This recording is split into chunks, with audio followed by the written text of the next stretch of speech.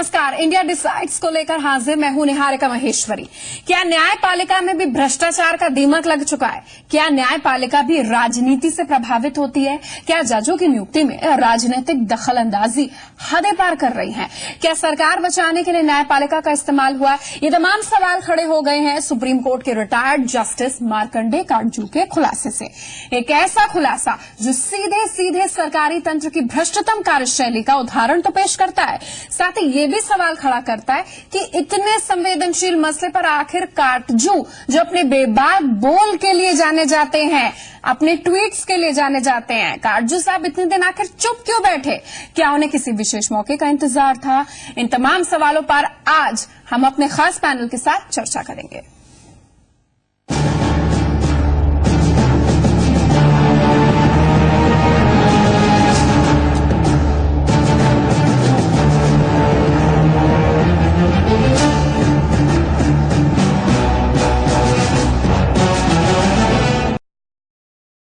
Retired justice Markande Katju ने Madras high court में एक जज की नियुक्ति को लेकर राजनीतिक दबाव की बात कही है। काटजू के मुताबिक आईबी की प्रतिकूल रिपोर्ट के बाद भी मद्रास हाईकोर्ट में एक जज को सिर्फ इसलिए बनाए रखा गया क्योंकि उनकी सिफारिश तमिलनाडु के एक प्रभावशाली पार्टी के नेता कर रहे थे। उन्होंने केंद्र सरकार तक को धमकी दी थी। सवाल ये है कि क्या वाकई अगर ऐसा है तो क्या ये न्यायपालिका और लोकतंत्र दोनों की संप्रभुता पर हमला नहीं है? सुप्रीम कोर्ट के पूर्व जज मार्कंडे काटजू का खुलासा भारतीय न्याय व्यवस्था और सरकार के बीच गड़बड़ झाले का ताजा उदाहरण है। न्यायपालिका में भ्रष्टाचार की बात समय समय पर होती रही है, लेकिन सरकार बचाने के लिए न्यायपालिका को भी इस्तेमाल कर लिया जाए, इससे पहले ऐसा शायद ही कभी सुनने में। और वो सीनियर कांग्रेस मिनिस्टर साहब ने जस्टिस लाहौटी, जो चीफ जस्टिस ऑफ इंडिया थे, उनसे कहा कि देखिए बड़ी क्राइसिस हो जाएगी। तब जस्टिस लाहौटी ने गवर्नमेंट ऑफ इंडिया को लिखा चिट्ठी कि 1 साल और दिया जाए एडिशनल जज। ये उचित नहीं था, क्योंकि जब आईबी रिपोर्ट उसके खिलाफ आ गई थी तो उसको कंटिन्यू नहीं होना चाहिए था। दरअसल अदालतों में जजों की नियुक्ति के लिए सुप्रीम कोर्ट के जजों का कॉलेजियम अपने आप में पर्याप्त है, लेकिन उसमें सरकारी संस्कृति एक ऐसा पेच है जो न्यायपालिका की पारदर्शी व्यवस्था को धुंधला करने का मादा रखती है। आईबी रिपोर्ट उसके खिलाफ आ गई थी तो उसको कंटिन्यू नहीं होना चाहिए था। और उसके बाद लाहौटी साहब रिटायर हुए, सबरवाल साहब ने भी कंटिन्यू कर दिया, और फिर KG Balakrishnan chief justice of India बने, उन्होंने तो उसको परमानेंट ही कर दिया। जस्टिस काटजू के मुताबिक उनके मद्रास हाईकोर्ट के चीफ जस्टिस रहते एक जज जिसके खिलाफ भ्रष्टाचार के कई आरोप लगे थे, उसे बचाया गया, और ये कारनामा यूपीए सरकार के कार्यकाल के दौरान हुआ। आईबी इंक्वायरी हुई, उसमें पाया गया कि सही है, ये करप्शन कर रहे हैं। तब उसके बाद वो 2 साल के लिए एडिशनल जज हुए थे, परमानेंट जज नहीं थे, तो उनको फिर कंटिन्यू नहीं करना चाहिए था जब एडवर्स आईबी रिपोर्ट आ गई। भ्रष्टाचार के आरोपों से घिरे जज को बचाने के लिए तमिलनाडु के एक राजनीतिक दल ने किस तरह केंद्र सरकार को घुटने टेकने पर मजबूर किया, इसका खुलासा भी जस्टिस काटजू ने किया। बहुत सॉलिड सपोर्टर है, बहुत इम्पोर्टेंट पॉलिटिकल फिगर है तमिलनाडु में, वो उनके बड़े सपोर्टर थे। Prime minister Manmohan Singh Delhi airport पे थे, जाने वाले थे New York United nation general assembly session attend करने। वहां पर वो तमिलनाडु की पॉलिटिकल पार्टी के मिनिस्टर ने कहा मनमोहन सिंह से कि जब तक आप लौट के आएंगे तब तक आपकी सरकार गिर जाएगी, क्योंकि हम सपोर्ट विड्रॉ कर लेंगे। हालांकि जस्टिस काटजू के खुलासे की टाइमिंग पर सवाल जरूर उठ रहे हैं। साथ ही सवाल इस बात को लेकर भी है कि जस्टिस काटजू के इस खुलासे में कितना देशहित और न्यायपालिका की छत को साफ सुथरा करने की इच्छा है, इसमें सियासत कितनी है और कितना स्वार्थ है। नहीं, टाइमिंग इसलिए है कि अगर जस्टिस काटजू का ये दायित्व था कि हमें न्यायपालिका को शुद्ध करना है, बचाना है, उनका अगर ये दायित्व था कि संविधान के अनुसार न्यायपालिका चले, उनका दायित्व था कि देश हित में ये होना चाहिए, तो टाइमिंग बहुत महत्वपूर्ण है। इतना जरूर है कि इस खुलासे के बाद मौजूदा सरकार के लिए सुप्रीम कोर्ट में जजों की नियुक्ति पहले जितनी आसान नहीं रह जाएगी। साथ ही ये भी मांग उठ सकती है कि जजों की नियुक्ति के विषय में सरकार का दखल सिरे से खत्म कर दिया जाए। ब्यूरो रिपोर्ट, जी मीडिया। जब मार्कंडे काटजू बोलते हैं तो या तो विवाद छिड़ता है या वो अपनी बेबाकी के लिए जाने जाते हैं, लेकिन इस बार जो उनके एलिगेशंस हैं, जो उनके बयान हैं, जो उनके गंभीर आरोप हैं, इसको लेकर टाइमिंग्स पर सवाल उठाए जा रहे हैं। पहले भी तो वो बोल सकते थे। इस पर बात करने के लिए और सबसे अहम मुद्दा ये है कि क्या एग्जीक्यूटिव जुडिशरी को कंट्रोल कर रहे हैं राजनीतिक लाभ के लिए, और क्या जुडिशरी इसके दायरे में आ रही है। इस पर बात करने के लिए लखनऊ से हाईकोर्ट के पूर्व जस्टिस सीबी पांडे साहब और लखनऊ से आईबी सिंह हाईकोर्ट के सीनियर एडवोकेट हैं। आप दोनों मेहमानों का स्वागत है। सबसे पहले क्योंकि जस्टिस सीबी पांडे चीजों को आप देख रहे हैं और लंबे समय से देखते आए हैं, मैं आपसे जानना चाहूंगी, क्या न्यायपालिका में राजनीतिक दखलंदाजी लाभ पाने के लिए, सत्ता में बने रहने के लिए या किसी को हटाने के लिए होती है? कैसा होता है? नहीं, ये तो हो गया, आपके सामने ही है कि किस तरह से राजनीतिक चीजों के लिए न्यायपालिका का इस्तेमाल किया गया। एक तो जब न्यायाधीश की नियुक्ति ही जब टेंटेड जज है, जिसके खिलाफ, जिस व्यक्ति के खिलाफ इतनी बहुत शिकायतें हैं, तो उनको न्यायाधीश का जज, वो न्यायाधीश नहीं बनना चाहिए हाईकोर्ट का। तो अगर वो बन गए तो बनने के बाद जो वो एक सामान्य जो प्रक्रिया है, आईबी की रिपोर्ट आती है, उनके कंडक्ट के बारे में देखा जाता है कि कैसा कंडक्ट है, और अगर उनका कंडक्ट नहीं है तो इसीलिए पहले एडहॉक जज बनाए जाते हैं, ताकि 1-2 साल में अगर कोई बात उनकी ऐसी आती है सामने कि उनके कंडक्ट के बारे में जो पहले नहीं आई अपॉइंटमेंट के बाद पहले, या उनका जो कंडक्ट कोर्ट में ठीक है कि नहीं है, तो इसलिए हमेशा टेम्पररी अपॉइंटमेंट दिया जाता है, एडिशनल जज बनाया जाता है। 1 साल में जब एडिशनल जज बनने की उनकी बात देख लिया कि नहीं, उनके खिलाफ शिकायतें हैं, उन्हें नहीं बनना चाहिए, उसके बाद भी अगर इनको फिर से बनाए रखा गया, उनको कन्फर्म किया गया, तो और वो भी राजनीति में एक पार्टी ने उनको धमकाया, एक नेता ने, और वो धमकाने से देखिए बड़ा इंटरेस्टिंग है कि जिसने जज बनवाया उसने सेंट्रल गवर्नमेंट के प्राइम मिनिस्टर को धमकाया, और प्राइम मिनिस्टर ने एक मंत्री को डिप्यूट किया कि आप जाइए। उस मंत्री ने जाके चीफ जस्टिस से मिले और चीफ जस्टिस को इन्फ्लुएंस किया। तो मैं समझता हूं कि अभी तो ऐसा कोई मामला इस तरह के राजनीतिक और प्राइम मिनिस्टर और चीफ जस्टिस का दोनों इन्वॉल्व हुए इसमें, तो प्राइम मिनिस्टर और चीफ जस्टिस इस तरह से किसी अपॉइंटमेंट के मामले में इस तरह का गठजोड़ करेंगे, ये तो मैंने पहले कभी सुना नहीं था, पहली बार सुन रहा हूं। तो ये तो बहुत ही गंभीर मामला है। इसकी ये तो चूंकि सामने आ गया, जस्टिस काटजू ने चूंकि इस बीच में उन्हें बहुत पहले बात को बताना चाहिए था, बहुत बड़ी गलती की उन्होंने कि इतने दिन तक चुप रहे। लेकिन अगर उन्होंने ये बताया तो ये मालूम हुआ कि पूरी प्रक्रिया कितना दूषित है। सीबी पांडे साहब, मार्कंडे काटजू तो अपने बेबाक बोल के लिए जाने जाते हैं। एक घटना हुई, तुरंत उन्होंने ट्वीट करा, हालांकि ट्विटर अभी आया, उससे पहले भी वो तुरंत बयान देने के लिए फेमस थे, अपनी ट्रांसपेरेंसी के लिए फेमस थे। अब आप कह रहे हैं कि उन्होंने गलती करी कि बताया। हम ये कहें कि इस अपॉर्चुनिटी की वो वेट कर रहे थे, या उन्होंने वाकई गलती करी है, या फिर सही वक्त का इंतजार किया? नहीं, उन्होंने, हमको लगता है इन्होंने क्यों लेट किया, इस पर मैं कह रहा हूं कि उन्होंने गलती की। इन्होंने अगर अपने बेबाक चीजों के लिए, अपनी ट्रांसपेरेंसी के लिए अगर मशहूर है, तो उन्हें उसी समय, जैसे ही उन्हें ये संज्ञान में आई सारी बातें, अगर उसको एक्सटेंशन मिला तो उसी समय ये बताए होते कि एक्सटेंशन गलत है। तो हो सकता था कि वो ऐसे जो जज है जिसके खिलाफ इतनी शिकायतें हैं, वो आगे जज नहीं रह पाते, और पूरे सुप्रीम कोर्ट और गवर्नमेंट और पूरी जनता और मीडिया सब इस बात को सामने लाती है, और जनता के साथ एक बहुत बड़ा ये न्यायपूर्ण कदम होता कि ऐसे बेईमान जज को आगे न बढ़ाया जाए। उनकी चुप्पी ने कम से कम एक ऐसे जज को काम करने के लिए पूरा मौका दिया जो भ्रष्ट है। एक भ्रष्ट जज को उन्होंने, जिस तरह से मार्कंडे काटजू साहब विभाग माने जाते हैं, ऐसा उन्होंने क्यों किया कि एक भ्रष्ट जज को उन्होंने एक तरह से अलाउ किया। लेकिन दो बातें यहाँ पर आपकी बात से मैं निकालूंगी। एक तो उन्होंने गलती करी, दूसरी चीज उनकी चुप्पी। आप ये चुप्पी क्यों थी? इस हमेशा जो पॉलिटिकल पार्टी आरोप लगा रही है, और आज संसद में भी ये मुद्दा गूंजा कि भाई या तो मंत्री का आप नाम बताइए, और आपने इतने समय में वेट क्यों करा। लखनऊ से आईबी सिंह साहब हैं, हाईकोर्ट के सीनियर एडवोकेट हैं। सिंह साहब, लंबे समय से चाहे ए.के. गांगुली हो, स्वतंत्र कुमार हो, इन पर एलिगेशंस लगते हैं। लंबे समय से सुप्रीम कोर्ट, तमाम हाई कोर्ट में जिस तरीके से स्लो कई प्रोसीजर है, उस पर बातें करता है, लेकिन अपने आप में पहला ऐसा मामला है। आपको क्या लगता है, संविधान इसके बारे में क्या कहता है कि क्या जुडिशरी में पॉलिटिशियंस या एग्जीक्यूटिव इस तरीके का अनड्यू इंटरफेरेंस कितना जायज है? और आपको नहीं लगता है कि एक सीनियर जज, पूर्व जज अगर इस तरीके की बातें कर रहा है तो वाकई गंभीर है। गंभीर ये है कि भाई टाइमिंग का किस टाइम का आप इंतजार कर रहे थे। जिस तरीके से सीबी पांडे साहब कह रहे थे कि आप इतने दिन रुके, उतने ही समय उन्होंने काम करा जो भ्रष्टाचार के आरोप में पहले ही लिप्त थे। देखिए, इसको बहुत व्यापक रूप में देखना पड़ेगा। जो जजेस की नियुक्ति है, प्रश्न इस पर उठता है कि क्या ये नियुक्तियां राजनीतिक प्रभाव के अंतर्गत हो रही हैं।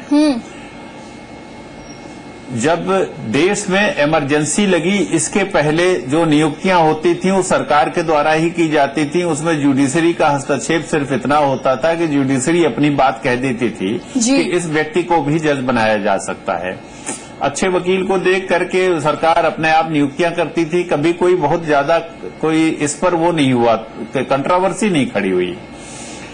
जब इमरजेंसी आई, तब यह इमरजेंसी में उस समय शासक दल ने यह महसूस किया कि न्यायपालिका के ऊपर कंट्रोल करना बहुत जरूरी है और जजेस की नियुक्तियों में इस तरह का प्रक्रिया अपनाई जाने लगी कि राजनीतिक व्यक्तियों का सीधे सीधे नियुक्तियां होने लगी।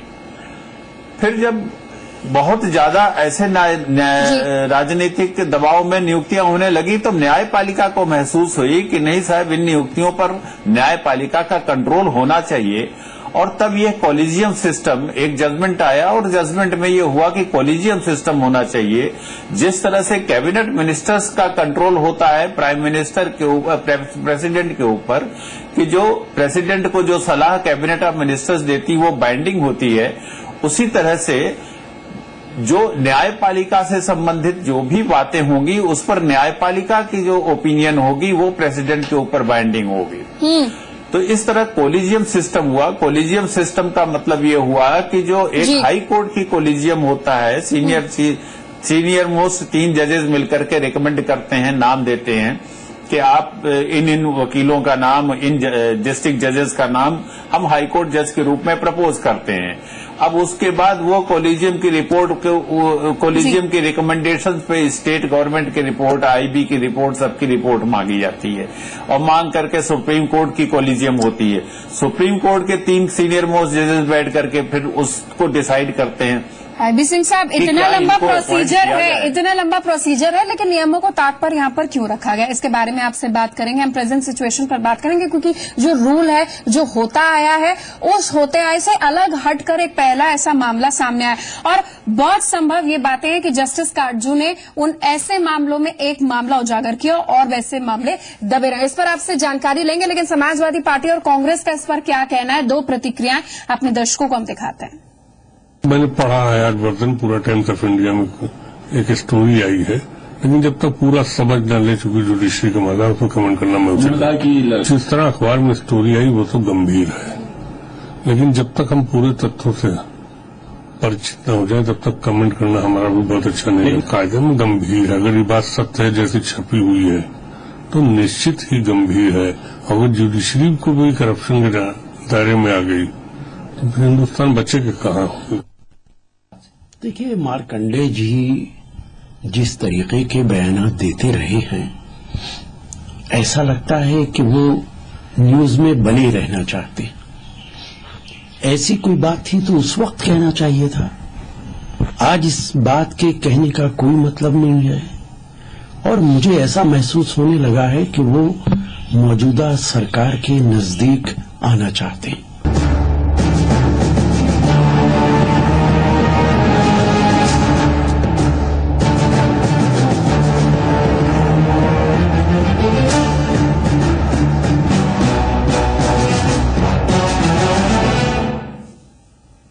मायावती ने इसे गंभीर मामला बताया है। कार्यक्रम हमारा है जब बोले काटजू, और जब काटजू बोले तो न्यायपालिका में किस तरीके से राजनीतिक दखलंदाजी, किस तरीके से भ्रष्टाचार व्याप्त है, कौन सह रहा है अपराध और कौन अपराध कर रहा है, इसकी तस्वीर साफ हो गई। मायावती ने इस पर अपना टेक दिया और कांग्रेस नेता मनीष तिवारी ने भी कहा कि इस मामले में खुद जस्टिस काटजू को ही सफाई देनी होगी। काटजू ने सफाई दी है। उन्होंने कहा कि भाई टाइमिंग्स वाली बात को उन्होंने खारिज करा। उन्होंने कहा कोई टाइमिंग वाइमिंग नहीं, वो अभी भी अपनी बात पर पूरी तरीके से कायम है। 2 प्रतिक्रियाएं कांग्रेस और बीएसपी की। हमारी पार्टी का जुडिशरी के मामले में शुरू से ये स्टैंड रहा है कि जुडिशरी को राजनीति से दूर रखना चाहिए और जो उन्होंने आरोप लगाए हैं काटजू ने, तो मैं समझती हूँ ये जांच का विषय है और इसकी जांच होनी चाहिए। और यदि उनके आरोपों में सच्चाई है तो मैं समझती हूँ कि फिर उचित कार्रवाई होनी चाहिए। Justice Markanday Katju is an extremely eminent retired judge of the Supreme Court. He was the chairperson of the Press Council of India. I had the occasion of working very closely with him. So therefore, if at all Justice Markanday Katju has given a statement or written an article in a certain newspaper, I guess the best thing would be for him to really respond to it rather than asking anybody else to be responding to it. तो न्यायपालिका का ये अनसुना सच है जो मार्कंडेय काटजू के हवाले से सामने निकल कर आया। ऐसी बहुत सी बातें सामने निकल कर आई हैं, लेकिन कंडक्ट और इंटेंट ये दोनों सवालों के घेरे में है। आईडी सिंह साहब, जो प्रोसीजर आप समझा रहे थे, हमने उस प्रोसीजर को समझा, लेकिन आपको नहीं लग रहा है कि जिस तरीके से मार्कंडेय काटजू ने इंतजार क्यों किया? भाई, अगर आप अपने सामने गलत देख रहे हैं, आप जज हैं, जुडिशरी पे सबको एक बहुत बड़ी आस्था है, तो आप तुरंत बोलिए ना, समस्या का हल हो। इतने लंबे समय से इंतजार क्यों किया गया? पॉलिटिशियंस तो अब यही कहेंगे गवर्नमेंट बदलने का इंतजार कर रहे थे, कोई पद पाना चाहते हैं। जस्टिस काटजू को जो करना चाहिए था वो उन्होंने उसी वक्त किया था। अच्छा। Justice Katju Madras high court के चीफ जस्टिस थे और उन्होंने एक लेटर लिख करके चीफ जस्टिस इंडिया को अप्राइज कराया कि आप इस जज को अपॉइंट कर रहे हैं, इस जज के खिलाफ ये शिकायतें हैं। तो जस्टिस काटजू को जो नियमतः करना चाहिए था वो उन्होंने उस समय भी किया था और आज जो उन्होंने खुलकर बोला तो कोई नई बात बवाल क्यों नहीं हुआ? आज क्यों हुआ? क्योंकि उस समय कांग्रेस की सरकार थी, तो क्या स्लो प्रोसीजर? देखिए, कांग्रेस की तो आलोचना करना उनकी समझ में आता है कि क्यों आलोचना करना है, उतने उत्साहित क्यों है आलोचना करने के लिए, क्योंकि कांग्रेस पार्टी के ही रिजीम में ये इस तरह के अपॉइंटमेंट ज्यादा हुए हैं। यह कहना एकदम गलत होगा कि जुडिशरी में अपॉइंटमेंट एकदम सही होते हैं। कई अपॉइंटमेंट गलत हो जाते हैं, लेकिन कई का मतलब ये नहीं है कि ज्यादातर संख्या में होते हैं। कुछ अपॉइंटमेंट गलत हो जाते हैं। राजनीतिक लोग कोशिश करते हैं कि हमारे भी आदमी जज बन जाएं, कभी हो सकता है कि हमारा काम पड़ जाए। और एक बात और मैं बता दूं कि आपने अभी पिछले 5 साल पहले देखा था कि किस तरह से न्यायपालिका के न्यायिक आदेशों के जरिए सरकार चल रही थी। तो ये भी बहुत गंभीर बात है कि अगर न्यायपालिका के आदेशों से सरकारें चलेंगी तब ये प्रजातंत्र कहाँ रह जाएगा। जस्टिस सीबी पांडे साहब हमारे साथ मौजूद हैं। बहुत एक क्लोजिंग कमेंट सीबी पांडे साहब आपसे यहाँ पर लेना चाहेंगे। आपको नहीं लग रहा है कि जुडिशरी जिसमें सबकी आस्था है, सबका विश्वास है, और इस तरीके के मामले सामने निकल कर आए हैं, भाई सियासत जिसको शुद्धिकरण की खुद दरकार है, वो अगर न्यायपालिका में घुस जाए और इस तरीके से अनड्यू एडवांटेज दिया जाए, तो आपको नहीं लगता है कि आम आदमी जो फैसले ले जा रहे हैं आम आदमी के हित के या फिर सिस्टम के विरोध में, जो आम आदमी के खिलाफ है, वो सब पर पूरी साग पर बट्टा लग जाएगा और कोई जज पर विश्वास तक नहीं करेगा? निश्चित है, बट्टा तो लग जाएगा, नहीं लग गया। इसमें इसलिए लग गया कि एक तो मार्कंडेय काटजू साहब ने जो बट्टा लग चुका है और मार्कंडेय काटजू साहब ने इस बात को डिले किया, इसमें आते दूसरा बट्टा लग चुका। तीसरी बात है कि अभी भी वो स्टेटमेंट दे रहे हैं और ये नहीं बता रहे हैं कि वो कौन यूपीए के कौन मंत्री थे और उस तमिलनाडु सरकार के कौन नेता थे, प्रभावी नेता थे, उनका नाम क्यों नहीं बता रहे। ये पब्लिक डोमेन की चीज है, ये जुडिशरी किसी की पॉकेट की चीज नहीं है। ये जुडिशरी संविधान में जुडिशरी इंडिपेंडेंट जुडिशरी होनी चाहिए, इंडिपेंडेंट एग्जीक्यूटिव होना चाहिए, दोनों का एक प्रॉपर बैलेंस होना चाहिए। जुडिशरी का काम है कि एग्जीक्यूटिव पर उसके गलत कामों को सही करे। अब एग्जीक्यूटिव के ही काम बताने से जुडिशरी गलत काम कर रही है, तो अब इससे बड़ा बट्टा लगने का क्या बात हो सकती है। जिसका काम यह है कि उनके गलतियों को पकड़े, वो उनके कहने से गलती कर रहा है। तो मैं समझता हूँ कि इससे बड़ा कोई हास्यास्पद चीज नहीं हो सकती है और इससे काटजू साहब बिल्कुल नहीं बच सकते। टाइमिंग का जो सवाल उठा रहे हैं कि टाइमिंग का कोई महत्व नहीं है, टाइमिंग का बहुत महत्व है। उन्होंने बिल्कुल टाइमिंग का बहुत बड़ा महत्व है। निश्चित तौर पर मार्कंडेय काटजू को अब नाम लेना होगा क्योंकि मुद्दा सदन तक यहाँ पर पहुंचा है, सदन तक यहाँ पर मुद्दा पहुंचा है। एक बात और कहना चाहूंगा आखिर क्लोजिंग में कि देखिए जो भी हुआ जो भी हुआ है, लेकिन एक बात मैं और करना चाहूंगा कि अब आ गई सारी बातें खुल गई, तो अब तो सारी बातें पब्लिक के सामने आना चाहिए, किसी को बचाने की कोशिश नहीं करना चाहिए, कौन किसने कहा, कैसे कहा, और अगर उनके खिलाफ कार्रवाई होनी चाहिए, उनके खिलाफ कंटेम्प्ट की कार्रवाई होनी चाहिए, उस यूपीए के मंत्री के खिलाफ, और जिस डीएमके के जो नेता थे उनके खिलाफ कार्रवाई होनी बिल्कुल चाहिए। इंतजार है कि जुडिशरी का शुद्धिकरण किस तरीके से होता है। संविधान के दायरे में जुडिशरी को एक खास महत्व दिया जाता है, कई ऐसे नियम कायदे कानून है, लेकिन अगर इस तरीके के मामले सामने निकल कर आएंगे तो निश्चित तौर पर जुडिशरी में भी शुद्धिकरण की दरकार है। और इसका भी इंतजार है कि मार्कंडेय काटजू अब क्या बोले, और इसका भी इंतजार है कि जब वो बोले उसके बाद उनको इनाम क्या सरकार की ओर से दिया जाए। इस विशेष पेशकश में बस इतना ही। बहुत बहुत धन्यवाद आप दोनों सम्मानित अतिथियों का हमारे साथ जुड़ने के लिए।